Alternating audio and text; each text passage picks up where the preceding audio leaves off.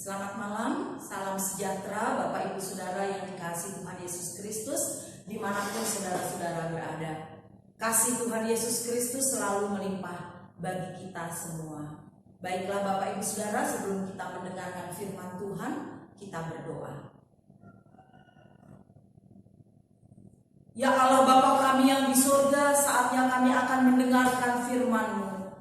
Karuniakanlah kepada kami kuasa Roh Kudus yang dapat memimpin kami untuk mendalami kebenaran firman-Mu dan kami dapat melakukannya di dalam kehidupan beriman kami. Bersabdalah kepada kami ya Tuhan, kami anak-anak-Mu telah siap untuk mendengarkannya. Di dalam nama Tuhan Yesus kami berdoa. Amin. Saudara-saudara, mari kita berdiri untuk mendengarkan firman Tuhan yang dibacakan dari Alkitab, yaitu dari kitab Yehezkiel pasalnya yang ke-37, ayatnya yang ke-24 sampai dengan ayatnya yang ke-28. Yehezkiel 37 ayat 24 sampai 28 yang menyatakan, maka hambaku Daud akan menjadi rajanya, dan mereka semuanya akan mempunyai satu gembala. Mereka akan hidup menurut peraturan-peraturanku dan melakukan ketetapan-ketetapanku dengan setia. Mereka akan tinggal di tanah yang kuberikan kepada hambaku Yakub, di mana nenek moyang mereka tinggal. Ya, mereka, anak-anak mereka, maupun cucu cicit mereka akan tinggal di sana untuk selama-lamanya, dan hambaku Daud menjadi raja mereka untuk selama-lamanya. Aku akan mengadakan perjanjian damai dengan mereka, dan itu akan menjadi perjanjian yang kekal dengan mereka. Aku akan memberkati mereka dan membuat mereka banyak dan memberikan tempat kudusku di tengah-tengah mereka untuk selama-lamanya. Tempat kediamanku pun akan ada pada mereka, dan aku akan menjadi Allah mereka, dan mereka akan menjadi umatku. Maka bangsa-bangsa akan mengetahui bahwa aku, Tuhan, menguduskan Israel pada waktu tempat kudusku berada di tengah-tengah mereka untuk selama-lamanya. Demikian pembacaan Alkitab. Berbahagialah setiap orang yang mendengarkan firman Tuhan dan yang melakukannya. Haleluya. Haleluya. Haleluya. Haleluya. Saudara-saudara dipersilakan untuk duduk. Saudara-saudara yang dikasihi dan yang mengasihi Tuhan Yesus Kristus, kita sudah 6 minggu beribadah secara online di rumah kita masing-masing. Sekarang ini kita di rumah saja, kita tidak kemana-mana, kecuali sangat amat penting baru kita keluar rumah.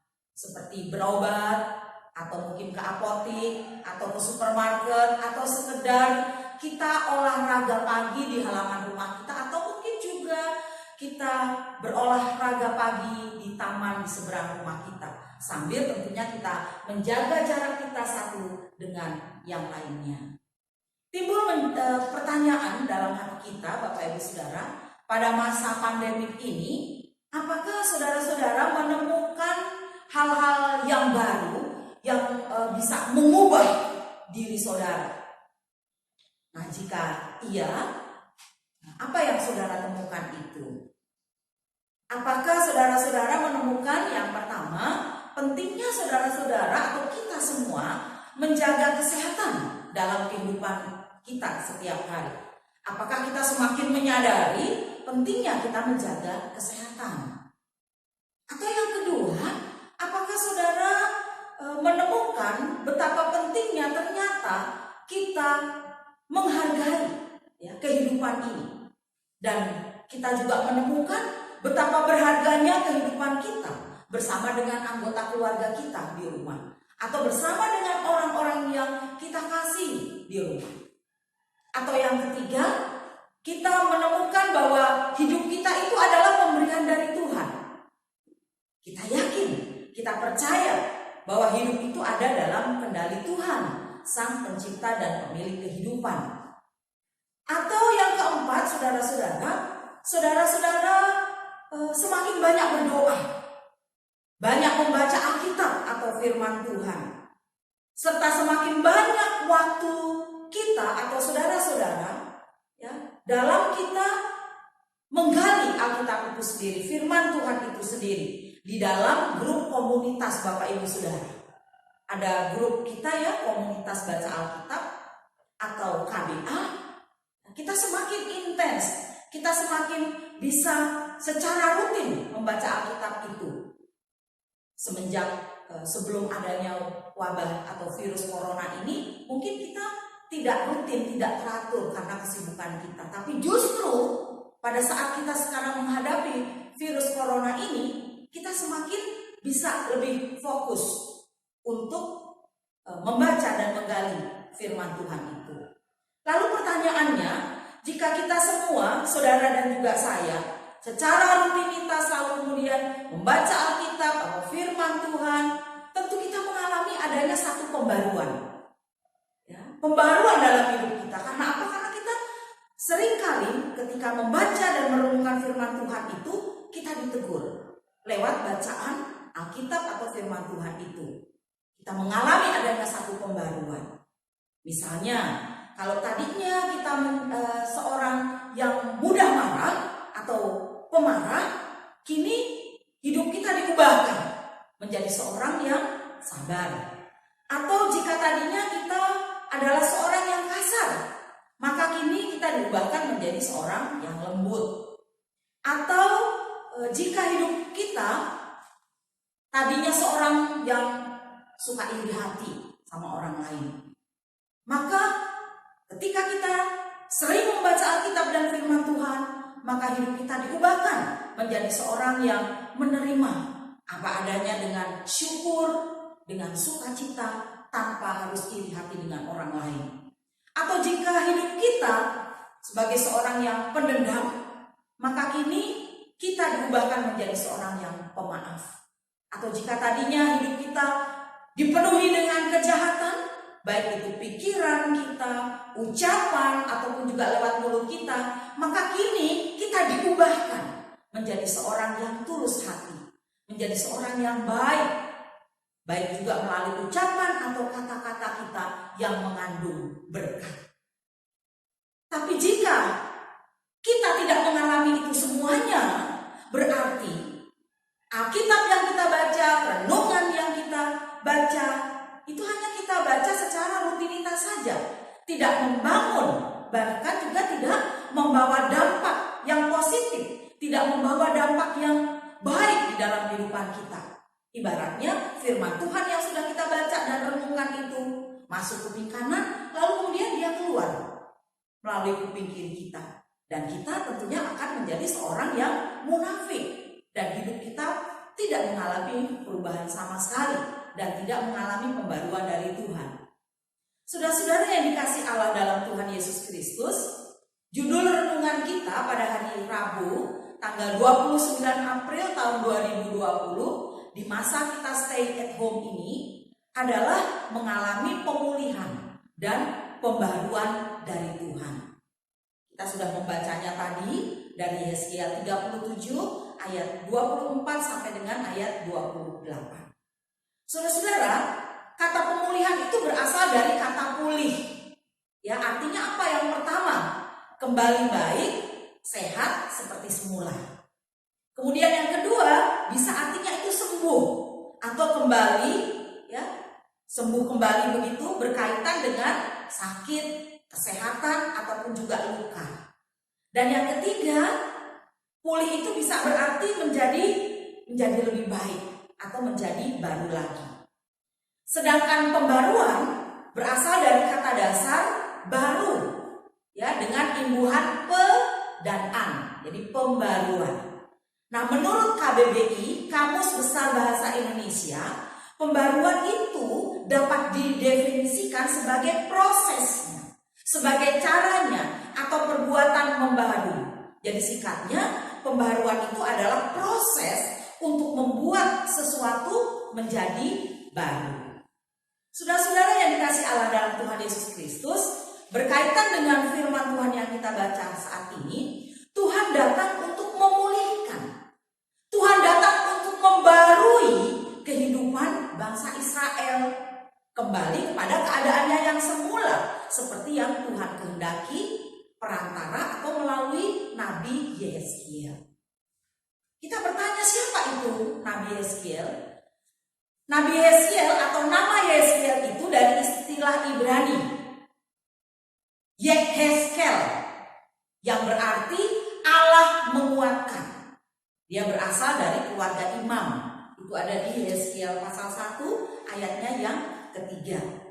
Dan dia tinggal di Yerusalem sepanjang 25 tahun pertama hidupnya. Dia dibesarkan di Yehuda dan boleh jadi pada masa remajanya dia dipengaruhi oleh pembaruan Raja Yosia dan nubuatan Yeremia.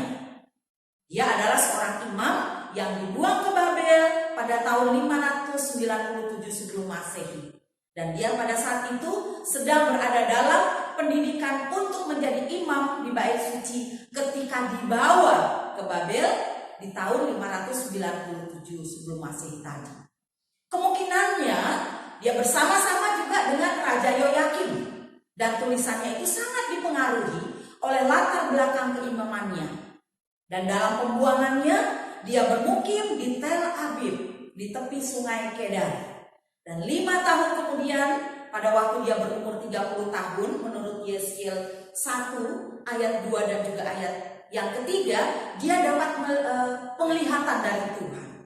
Dan dia dipanggil menjadi seorang nabi. Dan setelah itu dia melayani dengan setia selama lebih kurang dari 22 tahun.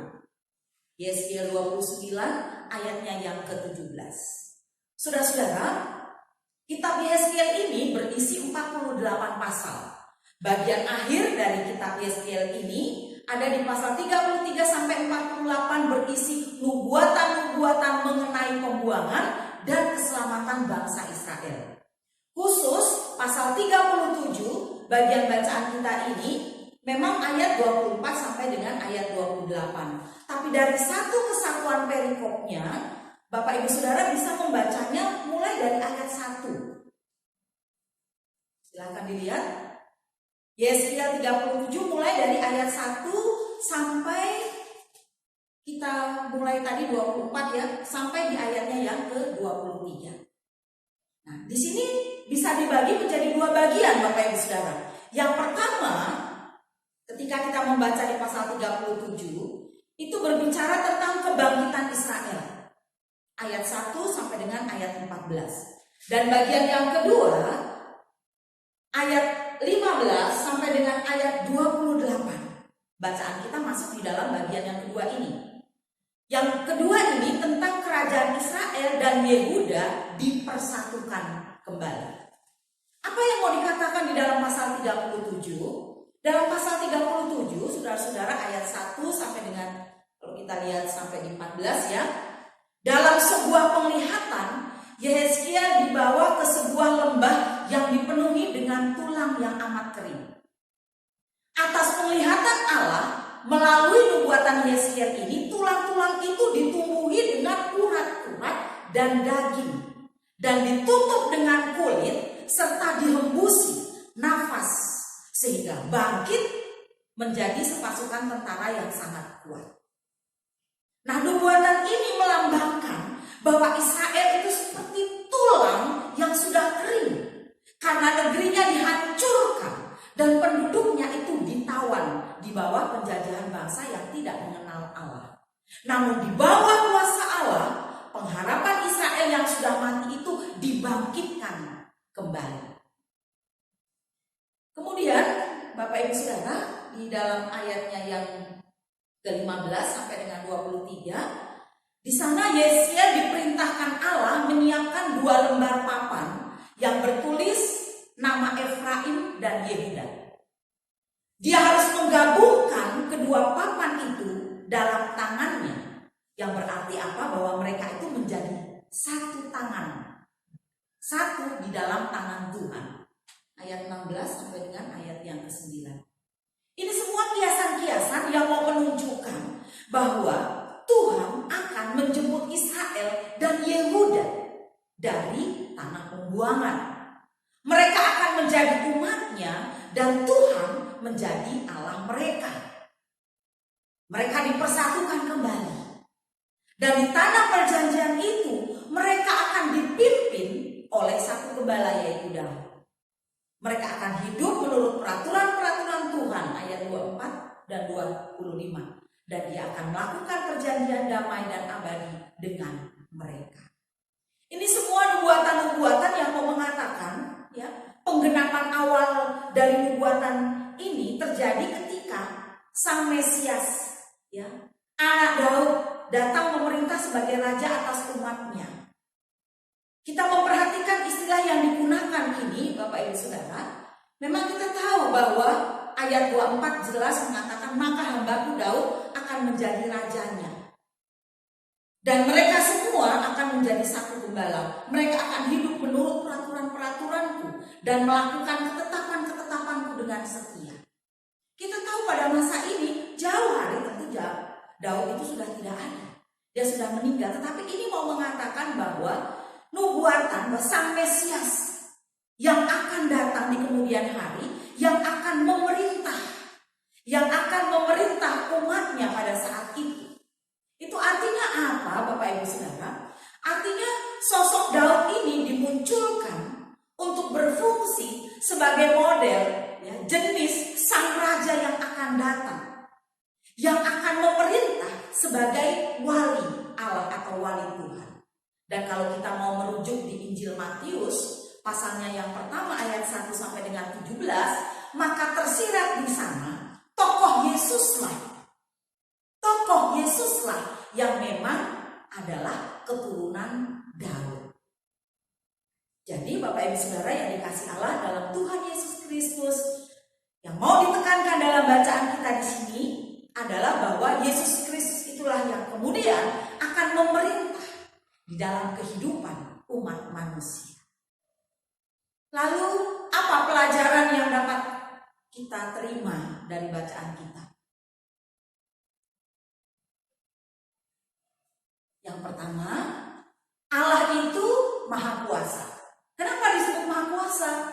Kemahakuasaan Allah yang mampu menghidupkan kembali tulang-tulang yang sudah kering dan membangkitkan kembali kerajaan Israel yang sudah hancur.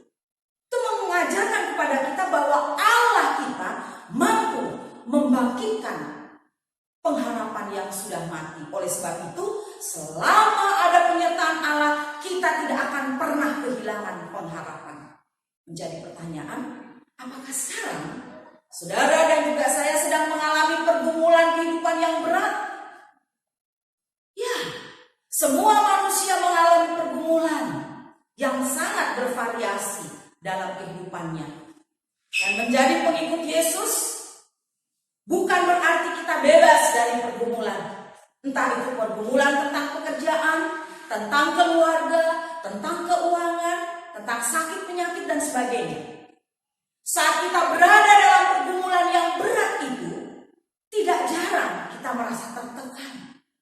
Kita kecewa, kita frustrasi, sehingga mungkin ada yang nekat untuk mengakhiri hidupnya dengan bunuh diri. Namun melalui pergumulan, ternyata kerohanian kita akan terus-menerus diasah. Sehingga makin lebih baik lagi, dan kita akan naik ke level yang lebih tinggi dalam hidup beriman kita kepada Tuhan. Tuhan sendiri yang akan terus-menerus memperlengkapi kita agar kita mampu melewati satu pergumulan dengan baik. Tuhan tidak akan pernah meninggalkan kita untuk terjebak dalam labirin pergumulan kita. Dia sendirilah yang akan menjamin bahwa rencananya itu akan berhasil. Hanya persoalannya, apakah saudara dan juga saya saat ini bersabar dalam didikan Tuhan? Kebanyakan para murid, ya, menjadi gagal bukan karena mereka tidak mampu, melainkan karena mereka tidak sabar di dalam prosesnya. Kita pun juga sering seperti itu, karena kita ingin terburu-buru, langsung kemudian kita ingin melihat hasilnya, daripada kemudian kita bersabar di dalam proses yang sedang Tuhan jalankan. Untuk itu kita jangan menyerah. Tetaplah selalu berharap dan bersandar kepada Tuhan, karena Dia pasti mampu membuka jalan keluar bagi setiap pergumulan kita. Kemudian yang kedua, Allah memulihkan dan membaharui. Saudara-saudara, sebagaimana bangsa Yehuda yang dipulihkan dan dibaharui, serta memperoleh kedamaian yang kekal serta berkat, maka kita pun sesungguhnya harus percaya bahwa Dia, Tuhan kita, juga mampu. Dia akan memulihkan kita dan memperbaharui hidup kita dari situasi sekarang ini.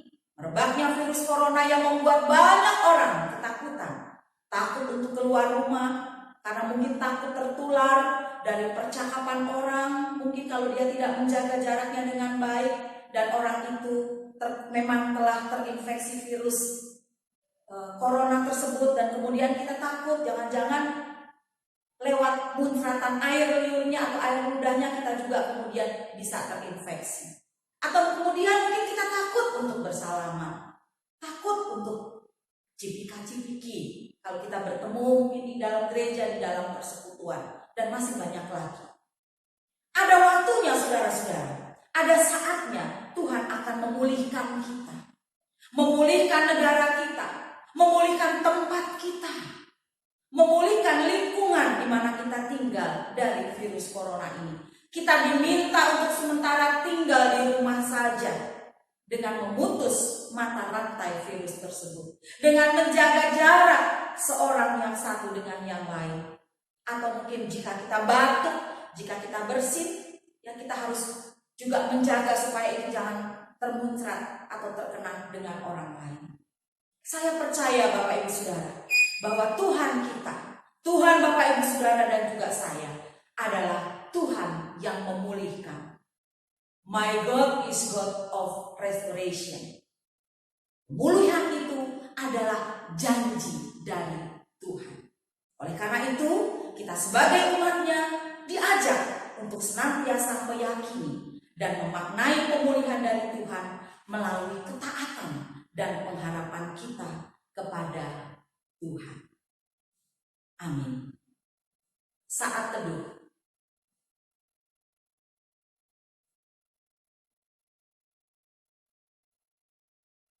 Selesai.